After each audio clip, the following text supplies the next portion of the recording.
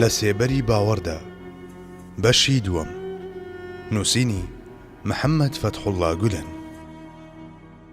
بێدارکردنەوەیەکی گرنگ لە ڕوانگەی قەدەرەوە تەماشای ڕابردوو و موسیبەتەکان دەکرێت و لە گۆشەی ئیرادەشەوە بۆ داهاتوو تاوانەکان دەڕوانرێت.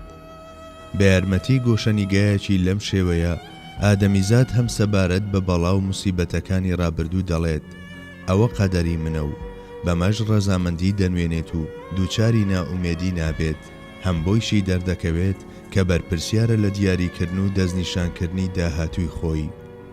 ئەو کەسەی لە ڕوانگەی قەدەرەوە بۆ ڕابردوو و گیر و گرفتەکان ناڕوانێت، هەروەک بە شێوەیەکی حەتمی لە هەمبەر هەموو ڕووداوێکی ناخۆشەوە تووشی شڵەژان و سەرسامی دەبێت و هەمیشە گلەی و سکاڵا لە حاڵی خۆی دەکات و سەری دەچێشێت بە دار و دیواردا و تەنانەت لە ئەنجامیشدا دەکەوێتە زەلکاوی گوناه و هەرزەیەوە. بە هەمان جۆر ئەو کەسەش کە لە سۆنگەی ئیرادەوە بۆ ئایندە ناڕوانێت، بێگومان خراپە و تاوانەکان دەخاتە ئەستۆی قەدەر و ئەوەندەی تر لە زەلکاوی هەرزەییدا نقوم دەبێت. هەروەک چۆن وتەکانی وەک فەلەکی زاڵم، ئاغ نێوچاوانی ڕەشم و هاوشێوەکانیان کە بۆنی سکاڵایان لێدێت بەرامبەر بە قەدەر، موسیبەتی مرۆڤ دووچەندانە دەکەن و دنیای دڵ و ژیانی ڕۆحی دەکوژێننەوە. بە هەمان جۆر ڕەتکردنەوەی ئیرادەش بە هەمان ئەندازە هەڵەیەکی مەزنە و جگە لە ڕادەستکردنەوەی ژیری و دڵ بە نەفس و گوناهەکان هیچ مانایەکی تری نییە. کەوایە ناچارین قەدەر لە تایەک و ئیرادەش لە تایەکی تری تەرازوەکەدا دابنین و هەمیشە هاوسەنگی ژیانمان بپارێزین. پرسیار: ئایا دەکرێت قەدەری مرۆڤ لە هێڵ و خەتەکانی دەست و ڕوخساریەوە بخوێنرێتەوە؟ وەڵام: ئەوانەی کە بە شێوەیەکی جددی سەرقاڵی بابەتی ڕۆحن، هەواڵی ئەوەمان پێدەدەن کە ڕۆح لە پاڵ پۆشاکێکی میسالیدا سەرگوزشتەی ژیانەکەشی نووسراوە و دەستنیشان کراوە. بانگەشەی ئەوە دەکەن کاتێک شارەزایی پەیدا دەکرێت لە هەندێک ماهیەت و فەرمانبەریە دیاریکراوەکانی ڕۆحدا، ئەوە بە شێوەیەکی سنووردار و دیاریکراویش دەتوانرێت هەندێک لەو ڕوودا و پێشاتانە بزانرێت کە لە داهاتوودا بەسەری دێن. دیارە ئەگەر خوای گەورە بیەوێت پیشانی دەدات و وا لە هەندێک کەسیش دەکات کە بیزانن. پاشان ئەوانەی سەرقاڵی زانستی قیافەتن، واتە ئەو مانایانەی کە پێکاتەی مادی مرۆڤ لە خۆیان گرتوون، دەتوانن بە هێڵ و خەتەکانی ناودەستدا کە بریتین لە ڕنگدانەوەی قەدەر لە تەنەکاندا بە شێوەیەکی هەندەشی و سنووردار هەندێک لەو ڕووداوانە ئاشکرا بکەن کە لە داهاتوودا بەسەر خاوەنەکەی دادێن. پێویستە بە هەڵە تێنەگەین، چونکە ئەمە زانینی غەیب نییە، بەڵکو تەنها بریتیە لە پرۆسەی زانینی هەندێک لایەنی ژیانی کەسێک بە یارمەتی ئەو ئاماژە و هێمایانەی کە خوای گەورە لە جەستەیدا دایناون. تەنها خوای گەورە دەتوانێت غەیب بەمانە تەواوەتیەکەی بزانێت و غەیبیش تەنها لەم جۆرە هەواڵدانانە پێک نەهاتووە. هەوڵدان بۆ خوێندنەوەی قەدەر لە ڕێگەی ئەو ئاماژە و هێمایانەی کە خوای گەورە لە لاشەماندا دایناوە، بابەتێکە لە چەرخی بەختەوەری و لە سەردەمی پێغەمبەریشدا بوونی هەبووە. ئەو کادە و کەسانەی ئەم کارەیان دەکرد پێیان دەوترا قائف. لە ناو خەڵکدا هەندێک قسە و قسەڵۆکی نابەجێ بڵاو بوویەوە کە گوایە ئوسامە کوڕی ڕاستەقینەی ئەو زەیدی کوڕی حاریسە نییە کە بەندەی ئازادکراوی پێغەمبەرە. پێغەمبەری خوا صلی الله عەلەیه وسلم قائفێکی بانگ کرد. باوک و کوڕ لە تەنیژیەکەوە ڕاکشابوون و بەرجێک درابوو بەسەریاندا و تەنها قاچیان بەدەرەوە بوو. کابرا هەندێک لە قاچی هەردووچیان ورد بوویەوە و وتی کە ئەم دوو قاچە نزیکی یەکن. پێغەمبەری خوا صلی الله عەلەیه وسلم ئەو ڕاستیەی کە خۆی پێشتر دەیزانی لەسەر زمانی قائفەکەشدا دای بەگوێی ئەوانەی کە لی تێدەگەن و بەم جۆرە سەلماندی و تۆماری کردو، وەکو مژدەیەک بە حەزرەتی عایشەشی فەرموو: ئەی عایشە، ئوسامە لە زەیدە. خوای گەورە هەواڵی چەندەها ڕووداوی گەورەتر و سەرسوڕهێنەرتری بە پێغەمبەری خوا داوە، بۆیە ناکرێت ئەوە بە خەیاڵدا بێ کە ئەو ئەم ڕووداوە جوزئیەی نەزانیوە، بەڵکو بەوەدا کە قائفێکی هێنا، بەڵگەیەکی گونجاوی پێشکەشی ئەو خەڵکە کرد کە لە ژیانی کۆمەڵایەتیاندا ڕەجی داکوتی بوو، قبول کرابوو. وتەی کابرای قائف و وتە پیرۆزەکەی خۆی یەکیان کرد، چونکە قورئان بە بەیانێکی ڕاستەوخۆ و ئاشکرا ڕای دەگەیەنێت کە ئەو هەرچیەک بکات لە خۆیەوە نایکات. وما ينطق عن الهوى. پێدەچێت لەم ڕووداوەدا هاندانیشی تێدا بێت بۆ یارمەتی وەرگرتن لە کەسانی پسپۆڕ و شارەزا. هەر بۆیە لە بابەتی موتوربەکردنی درەختەکانیشدا فەرمووی ئێوە شارەزای کاروباری دنیای خۆتانن. لەم وتەیەدا مانای من نایزانم بوونی نییە. ئەگەر پێغەمبەر صلی الله علیه وسلم نەیزانێت ئەدی چێ دەیزانێت؟ هەرچەندە ڕوونکردنەوەی ئەم وتەیە زۆری دەوێت، بەڵام لەوانەیە مەبەست لێی ئەمانەی خوارەوە بێت. ئەلف، لەوانەیە ستایشکردنی هاوڵەکانی بێت. بە، لەوانەیە لەو کاتەدا هێشتا لە ناو هاوڵەکانیدا کەسانێک هەبوو بن کە کاریگەری ڕاستەقینە بە هۆکارەکان ببەخشن کە ئەمەش دژ و پێچەوانەی تەوحیدە. لە شەوی ڕێکەوتن نامەی حودەیبیەشدا ڕووداوێکی هاوشێوە ڕوویدا. پێغەمبەری خوا صلی الله علیه وسلم فەرمووی ئەمڕۆ هەندێک بە ئیمانداری ڕۆژی کردەوە و هەندێکی تریش بە بێباوەڕی بەیانی بەسەرداهات.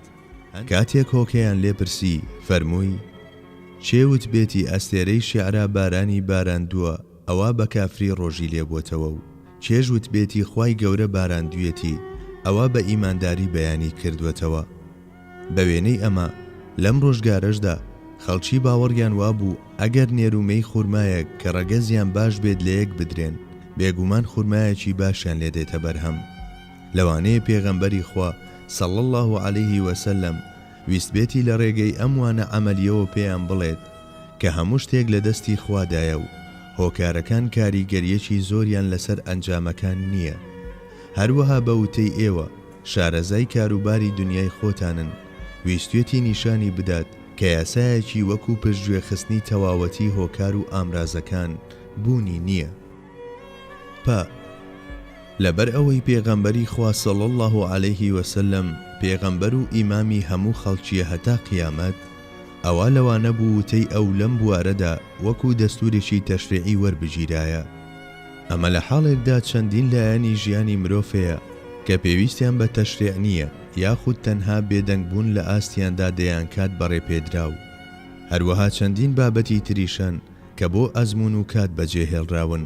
لەم ڕۆژگارەدا زانستەکان هێندە پێشکەوتون کە هێلکەکان پێویست ناکات 21 ڕۆژ لە ژێر مریشکدا بمێننەوە بۆ ئەوەی ببن بە جوجەڵە. هەنووکە ئامێرە تایبەتیەکان بە شێوەیەکی ئەمەلیتر و خێراتر جوجەڵە بەرهەم دەهێنن. هەروەها بە مەبەستی زیادکردنی بەرهەمی ڕوەک و میوەکان و بەدەستێنانی زۆرترین بەرووبووم لە کەمترین کاتدا پەرە بە کشت و کاڵی خانووی سەوز و پلاستیکی دەدرێت. چێ دەزانێت؟ لەوانەیە لە ئایندەدا بە یارمەتی دۆزینەوەی هەندێک سەرچاوەی وزەی دیکەوە، بۆ نمونە بەهۆی دانانی ئاوێنەی زەبەلاح لە ئاسماندا و شەڕکردنەوەی وزە و گەرمی خۆر، تەنانەت لە وەرزی زستانیشدا لە هەندێک ناوچەی دیاریکراوی زەویدا بە وێنەی دەستەواژە قورئانیەکە وەکو ئەو درەختانەی کە لە هەموو وەرزێکدا میوە دەدەن، چوار وەرزە درەختەکان میوە بگرن و لە ئەنجامی ئەمەشدا دەوڵەمەندی و خۆشگوزەرانیەکی وا لە زەویدا بڵاو ببێتەوە کە کەس نەمێنێت زەکات و خێری پێ بشێت. تا پێغەمبەری خوا صلی الله علیه وسلم بەوتەی ئێوە شارەزای کاروباری دنیای خۆتانن، دەرگایەکی کراوە بۆ داهاتوو جێدەهێڵێت. لەلایەکی ترەوە لەبری ئەوەی بڵێت بیکەن یان مەیکەن بۆ خۆیانی جێدەهێڵێت و زنجیر ناکاتە دەست و پێی ئیرادە و ویژدانەکان و بەمەش هانی کارکردن و لێکۆڵینەوە دەدات.